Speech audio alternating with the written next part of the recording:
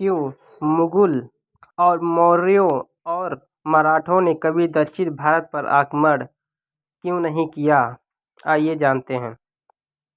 भारत के उस भाग को दक्षिण भारत के नाम से जाना जाता है जहां द्रविड़ भाषाएं बोली जाती हैं। इनमें से कर्नाटक, आंध्र प्रदेश, तेलंगाना, केरल और तमिलनाडु जैसे राज्य शामिल हैं। इस राज्य का क्षेत्र अधिकांश भाग कई बार मौर्य जैसे शामिल हैं। कई बार मौर्य दिल्ली सुल्तान और मुगलों के अधीन रहे हैं। मूल रूप से जो छोड़ दिए गए था वो केरल और दक्षिण तमिलनाडु है। अब सवाल ये उठता है कि उत्तर भारत की तरफ इन साम्राज्यों का विस्तार दक्षिण में क्यों नहीं हो पाया। अब तक का सबसे विशाल भारतीय साम्राज्य रहा है और इसकी स्थापना चंद्रगुप्त मौर्य ने अपने गुरु चाणक्य के साथ मिलकर की थी। दक्षिण भारत के कुछ हिस्सों को छोड़कर पूरे भारत उपमहाद्वीप में मौर्य साम्राज्य फैला हुआ था। दूसरी तरफ मुगल सुल्तान भारत का दूसरा सबसे बड़ा सम्राट था, जिसकी स्थापना 1576 में बाबर ने पानीपत के प्रथम युद्ध में दिल्ली के सुल्तान इब्राहिम लोदी को हराकर की थी। इसके अलावा 1674 ईस्वी में शिवाजी ने मराठा साम्राज्य की स्थापना की थी, लेकिन वो भी दक्षिण भारत के बड़े हिस्से पर कोई भी आक्रमण नहीं कर पाए थे। बिंदुसार के तहत मौर्य सम्राट के एक संगम युग चोल राजा के साथ मैत्रीपूर्ण संबंध थे, इसीलिए बिंदुसार और चोल राजा के बीच इस गठबंधन की वजह से दक्षिण भारत में राज्य विस्तार का निर्माण न हो सका। मौर्य साम्राज्य के शासक ग्रीक उत्तराधिकारी को अपने प्रमुख प्रतिनिधियों के रूप में मानते थे। इस कारण चंद्रगुप्त और उनके पुत्र बिंदुसार पश्चिम की ओर विस्तार पर ज़्यादा इच्छुक थे। यहाँ तक कि प्रसिद्ध कलिंग साम्राज्य भी अछूत रह गए थे।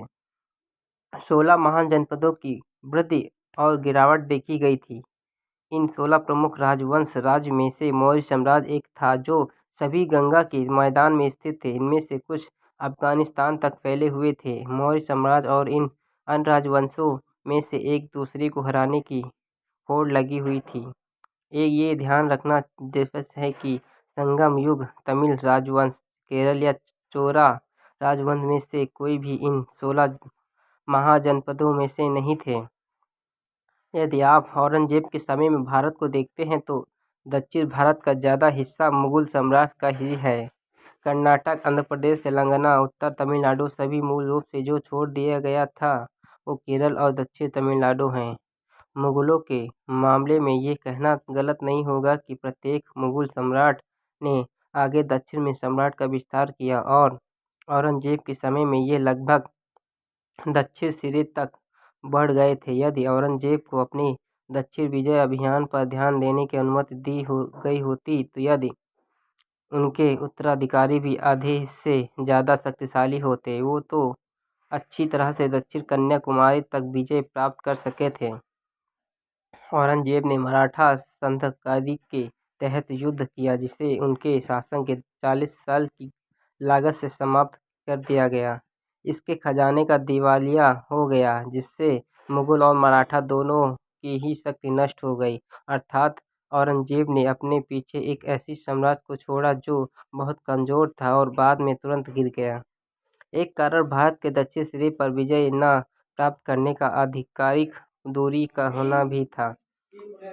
प्राचीन साम्राज्यों पर उत्तर से शासन किया जाता था, जैसे कि मौर्य ने पाटलिपुत्र से शासन किया। आगरा और दिल्ली में मुगलों ने भारत एक बड़ा देश है और प्राचीन काल में ये दूरी बहुत अधिक थी। यदि आप दिल्ली से शासन कर रहे हैं तो अफगानिस्तान, ताजिकिस्तान, उपलब्धि तुर्की सभी भारत के दक्षिण सिरे से ज़्यादा करीब हैं।